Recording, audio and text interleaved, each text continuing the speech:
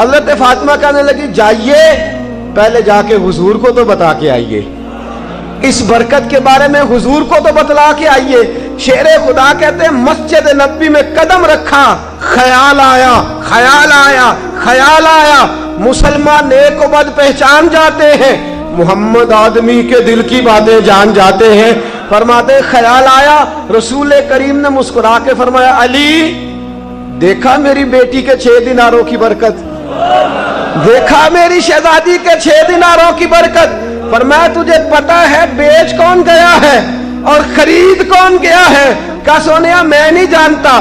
فرمایا جو اونٹ بیچنے آئے وہ میکائیل تھے اور جو خرید کے لے گئے وہ جبریل امین تھے۔ فرمایا جو آئے ہیں وہ جبریل،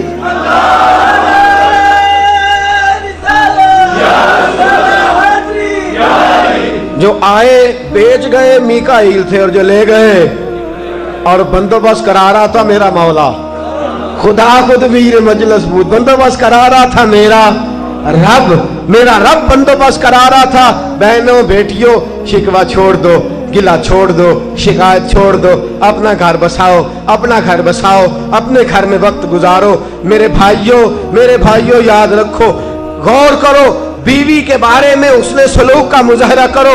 ہم جب بات کرتے ہیں تو گالیاں دیتے ہیں معاذ اللہ، اپنے سسرال والوں کو برا بھلا کہتے ہیں، تلخ جملے بولتے ہیں، سختی کے ساتھ پیش آتے ہیں۔ یاد رکھیے بیٹی سارا کچھ سن لیتی ہے پر اپنے ماں باپ کے خلاف بات سنتی ہے تو کلیجہ پھٹ جاتا ہے۔ بیٹے تو کئی دفعہ لالچ کا رشتہ ہوتے ہیں، بیٹی کا ہی تو پیار ہوتا ہے ماں باپ کے ساتھ۔ بیٹی سن سکتی ہے کہ تو اس کے بھائی کو برا کہے، تو خود بتانا کہ تیری بیٹی کے سامنے، تیری بہن کے سامنے تجھے کوئی برا کہے تو تیری بہن برداشت نہیں کرتی، تو کیوں کسی کے سامنے اس کی بہن کو، اس کے بھائی کو، اس کی اماں کو، اس کے ابا کو برا بھلا کہہ رہا ہے؟ تو یہ حقوق اللہ کے رسول صلی اللہ علیہ وسلم نے بیان فرمائے۔ اگر تو کسی کی بیٹی کو اپنے آنگن میں سکھ دے گا تو اللہ تیری بہن کو اس کے گھر میں سکھ عطا فرمائے گا۔ اگر تیرے آنگن میں کسی کی بیٹی خوش رہے گی تو کل تیری بیٹی بھی کسی کے آنگن میں خوشی رہے گی۔ تو اس لیے میری اماں جی مرحومہ اکثر فرمایا کرتی تھی، وہ کہتی تھی بیٹا کسی کی بیٹی کے ساتھ جو بدسلوکی کرتا ہے اس کی اپنی بھی سکھی نہیں رہا کرتی، اگر تو کسی سے حسن سلوک کرے گا چل